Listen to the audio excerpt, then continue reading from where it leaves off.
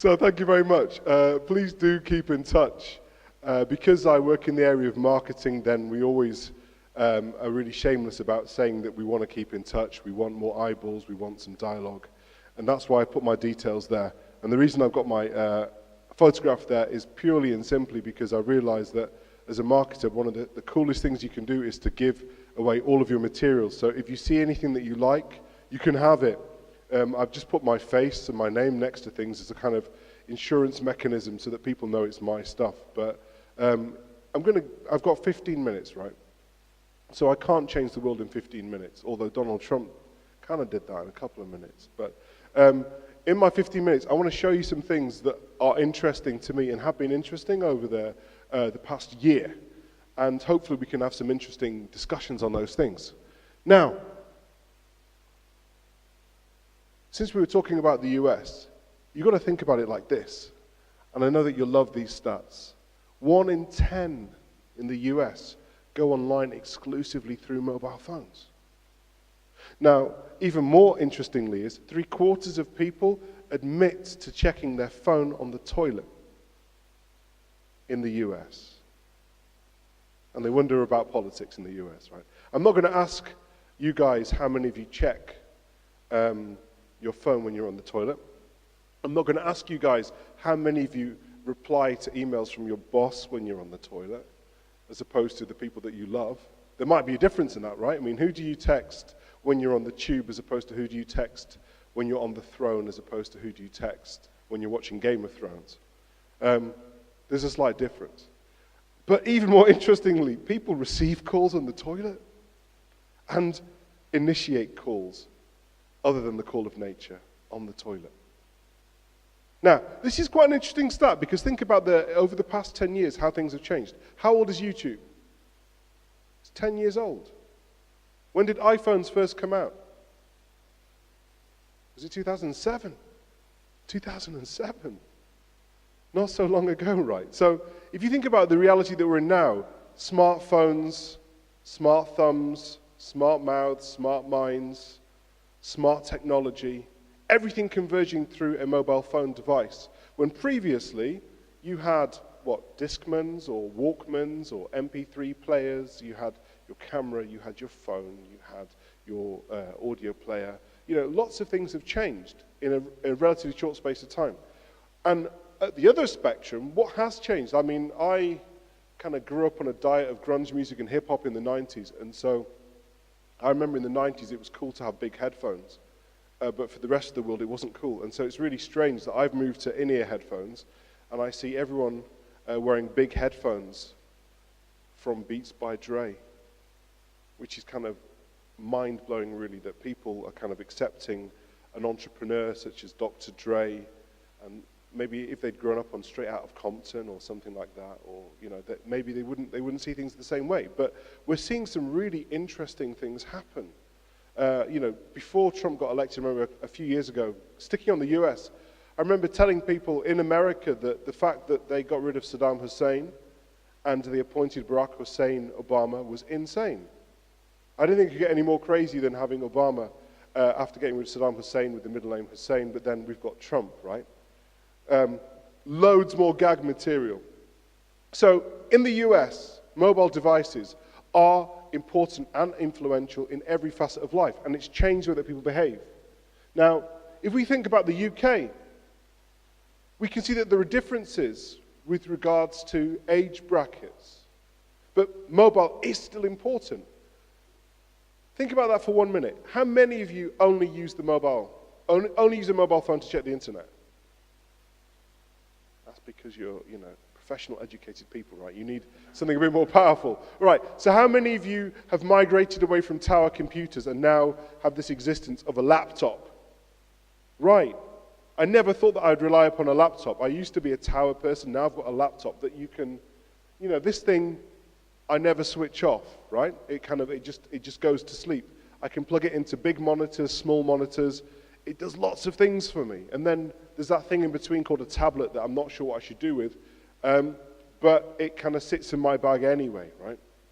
So we have a situation where we've moved away from a piece of technology such as a tower, and we've moved more towards mobiles. I realize that I use my mobile phone a lot, especially for research. You know, I take pictures, they're timed, they're date stamped, they're location stamped, and I don't use a camera very much other than the one on my phone because I can share things quickly, right? You can take pictures and you can share them with people. And most recently I've been doing some work with the Indonesian government, and it surprised me to know that their number one mode of communication to me is WhatsApp.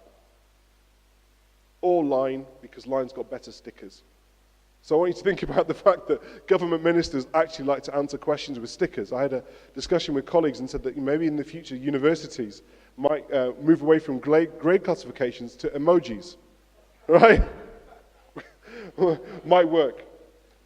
So if the internet is everywhere and is through mobile devices and we're all converging towards this thing, currently we're in a situation where you read articles or you go to university courses where they talk about digital marketing or online marketing or social media marketing. And when I look at textbooks, they kind of have a chapter on this thing. But in our existence, we use it all the time. There isn't this thing, you don't switch on the internet and switch off the internet, right? It's everywhere. And so within industry, there are some advertising agencies and marketing agencies that have decided to get rid of the term digital because everything is digital. So if that's the case, and as is put here, it's like air and drinking water, I think that's quite interesting.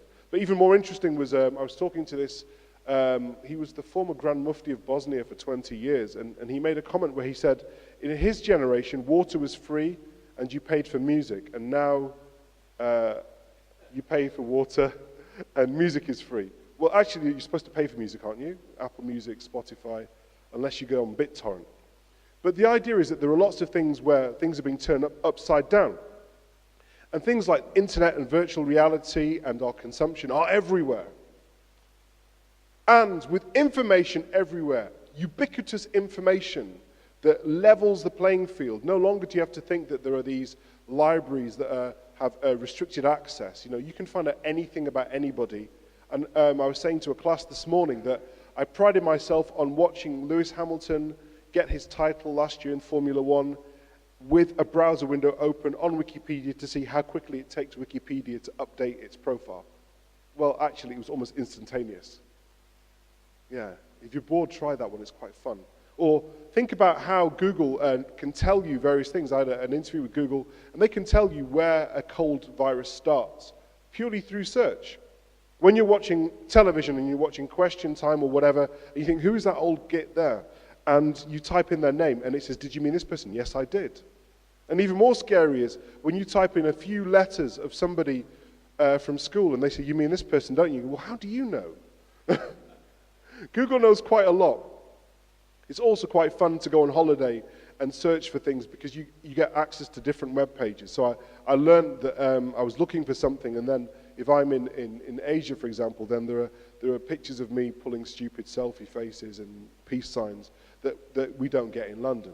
But the idea is then that you have this information which is everywhere, that everybody has access to. But what is the impact on an entrepreneur? And this is really what I wanted to tackle today. Because if we look at a country like Indonesia, and I'm currently doing some work with the Ministry of Tourism in Indonesia, and just to fill you in, Indonesia has 257 million people. It's the most populous Muslim country on the planet with about 220 million. It has 17,500 islands. It's kind of big, right?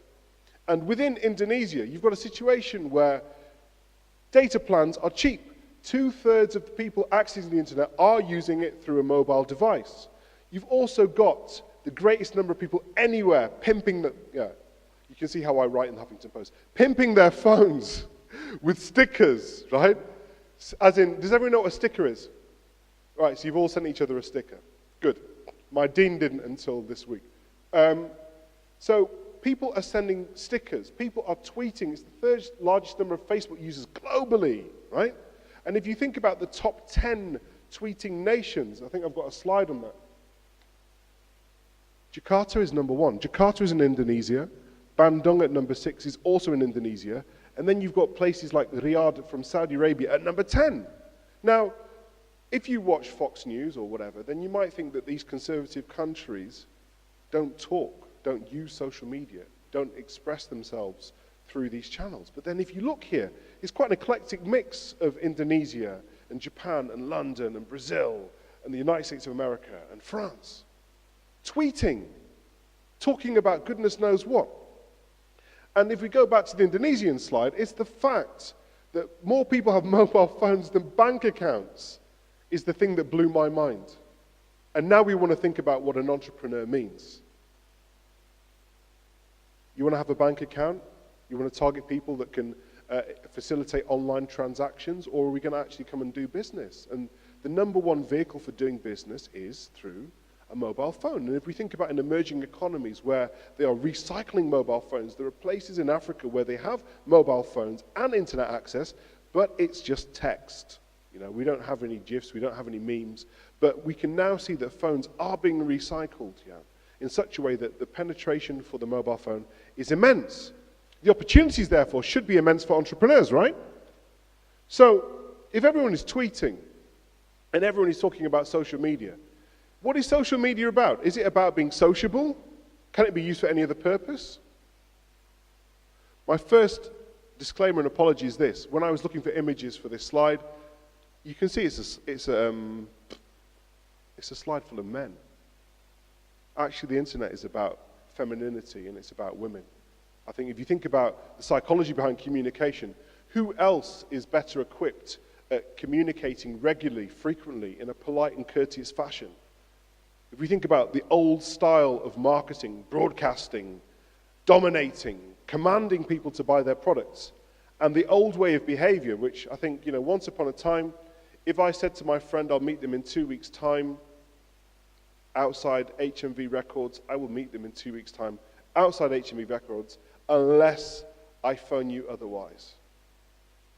Now, in today's reality, it's this whole love affair that I think I'm almost used to now, which is, can't wait to see you next week, and what are you doing? On the bus, just got on the bus, 5 minutes away, oops, lol, not 5 minutes anymore, there's leaves on the track. But all of this is a mechanism by which people are forging friendship bonds. But at the same time, there's one question that I asked, some of my students, which is, if you saw the most beautiful person in the world and they had agreed to see you on a date, how long would you wait for them outside HMV record store? Now, I think once upon a time, I would have waited 1 hour, 45 minutes quite happily. Today, people with Wi-Fi and the whole access to information and worlds and video stations and downloadable music wouldn't wait 1 hour, 45 minutes for the person that they love. So we have changed in some ways. We have access to things, but our attention span is incredibly short. And we still have to break through barriers, which, whilst there are all of these platforms, we can still see that when it comes to the tech space and entrepreneurism, it's still portrayed as being largely men and largely Western, white men. So, if social media is about a global phenomenon where everyone is communicating, and it's about talking to everybody, and entrepreneurs come in all shapes and sizes, how do we break through? Well, if I gave you the boring business approach to classifying people, which I think is also important, really there are 3 things that you can define people by in terms of stakeholders: power, legitimacy, and urgency. That's all you need to decide who you should interact with and who is less of a problem. Now, the change from this theory that came out in 1997 is that I would say, who defines what legitimacy is? I mean, now, you can be a reality TV judge on The Apprentice, and you can become President of the United States of America, right? I mean, where's the legitimacy in that, right? Or you can, in the next 5 minutes, buy a domain name and become CEO of your own company, right? Buy a domain name, set up a web page, give yourself a job title, and you can legitimately become CEO of your own company. Or you could get a blog with the Huffington Post or any other newspaper, and you could legitimately be reporting as a journalist without being qualified. Citizen journalism, right? So stakeholder theory is the same. How it's playing out has changed, and brands are at the center of that change. Because I think that brands are the things which are defining the way that we communicate in a way which is clear, consistent, stands out, we're resource rich and time poor.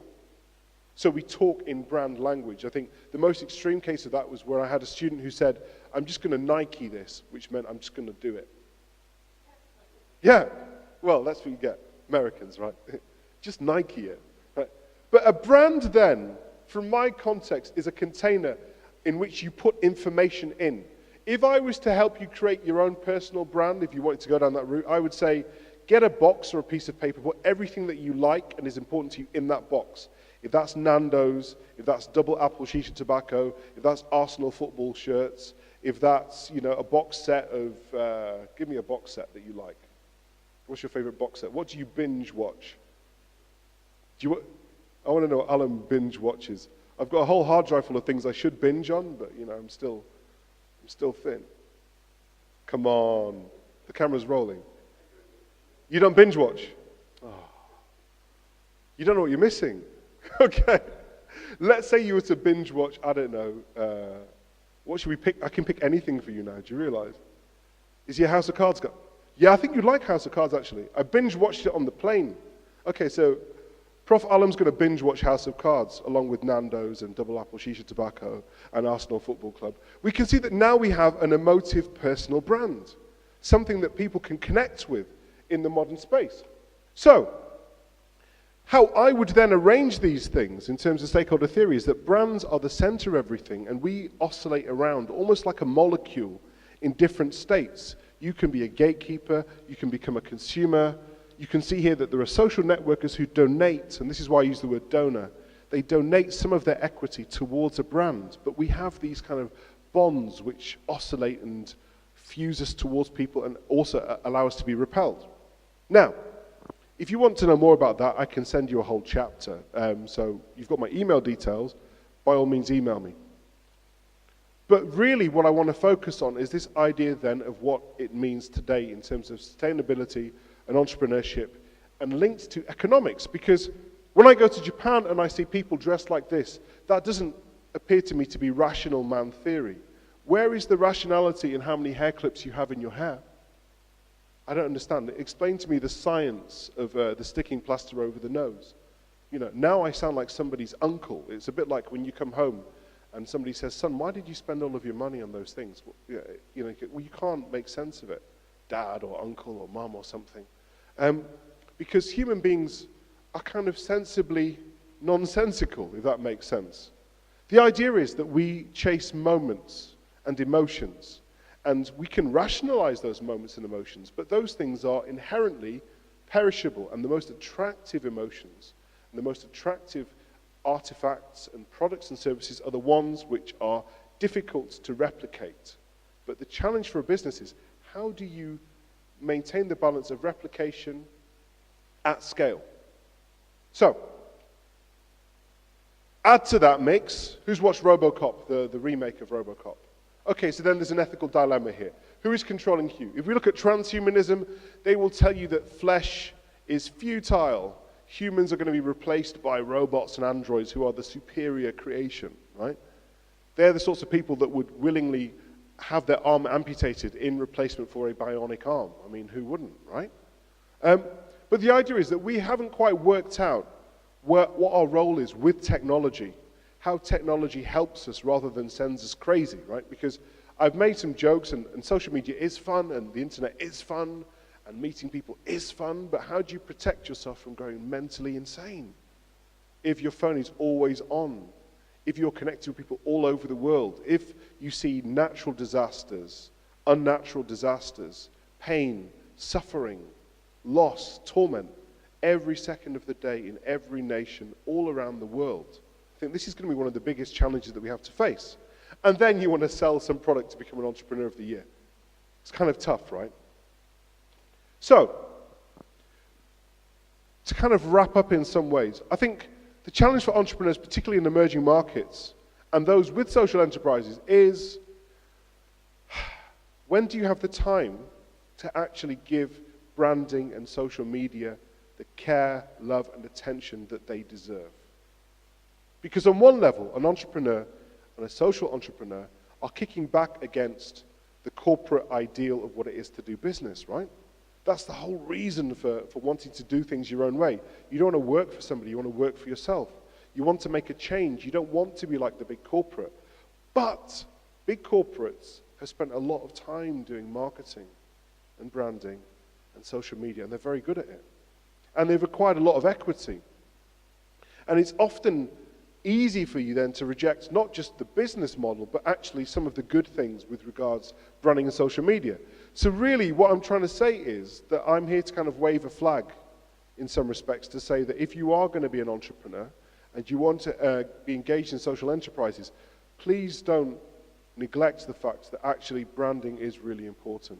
Social media is really important. And mobile technology is really important. And if you understand that, then, okay, I've got a booster pack. You can almost run your business from this. Most of my important details, information, contacts, interactions occur just through this little device. So, if that's the case, and you want to make change, please use branding and social media, and think about a way in which you have to basically control each of these spaces.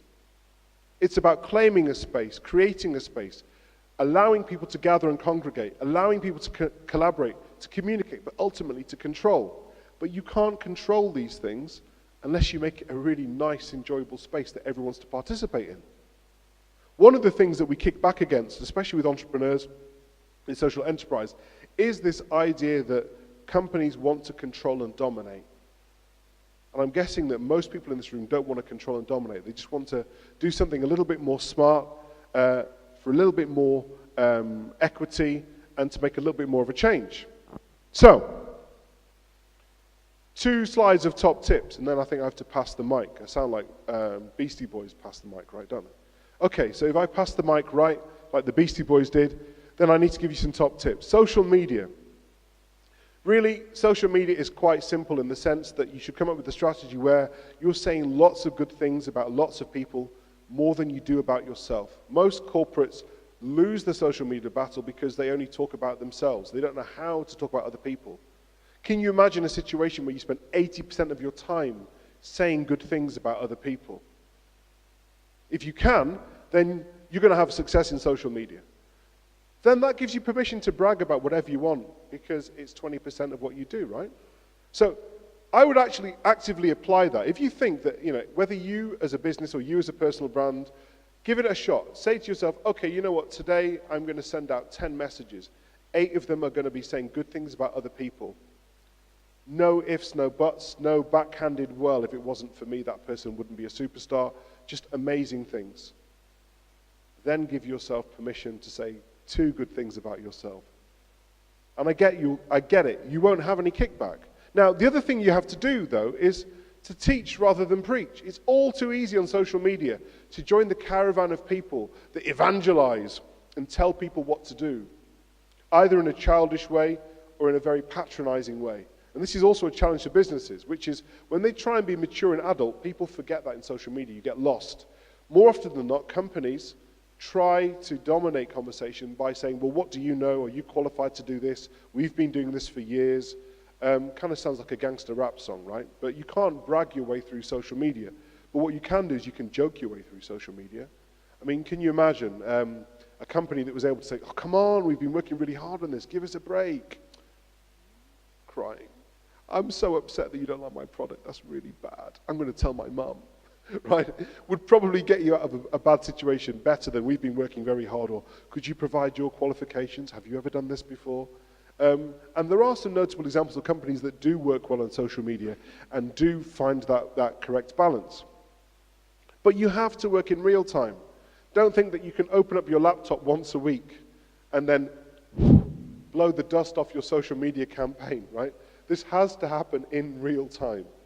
Things are going on all of the time. I mean, at the minute, I've spared us from this, but I've got a talk next month in Indonesia. And I was on the phone to them yesterday, I was WhatsApping them yesterday saying, I want to do a mannequin challenge. Right? If you don't know what one is, then do a Google. I saw Hillary Clinton did one. It was pretty good. I thought, if Hillary Clinton can do a mannequin challenge, obviously they don't necessarily succeed, but if she can do a mannequin challenge, I want to try and do a mannequin challenge in Indonesia where there's going to be like 4,000 people. Whether I can get 4,000 people to stay still and to do a good mannequin challenge, let's see. But that relies, therefore, upon capitalizing on things that are happening in real time and surfing a wave of trends. Or, if you want to put it another way, you have to find a way to put the human element in what it is that you do in business, and you have to give in the hope that you receive. If you give looking to receive, it doesn't work. Give in the hope that you will receive, and I'm sure you'll be able to do some good things. With that, my last slide, if you don't understand any of that or you don't buy into any of it, it's really simple. If you want to do good marketing, good branding, good social media, just remind yourself that humans are really simple. All that human beings care about is love. That's it. Whether they say that they do or they don't, doesn't matter. At the heart of them, human beings care about love. They want to love and be loved. Simple. Even if you become heavyweight champion of the world and knock somebody out, something along the line, somewhere, whether that's Freud or someone else, is going to tell you that your activities are a way of balancing your desire for love. Why do you stay up all night working on your assignment? Well, it's to be loved, isn't it? Or do you love working on your assignments? Why is it that it's so important for you to make a change in the world? Why are all of these things that you do? And there are lots of whys. We can go on all the time. But ultimately, most of those things will map themselves somewhere back to a need to love and be loved. And so, on that easy note to end on, I'd like to say thank you very much. And I'd love to have any questions.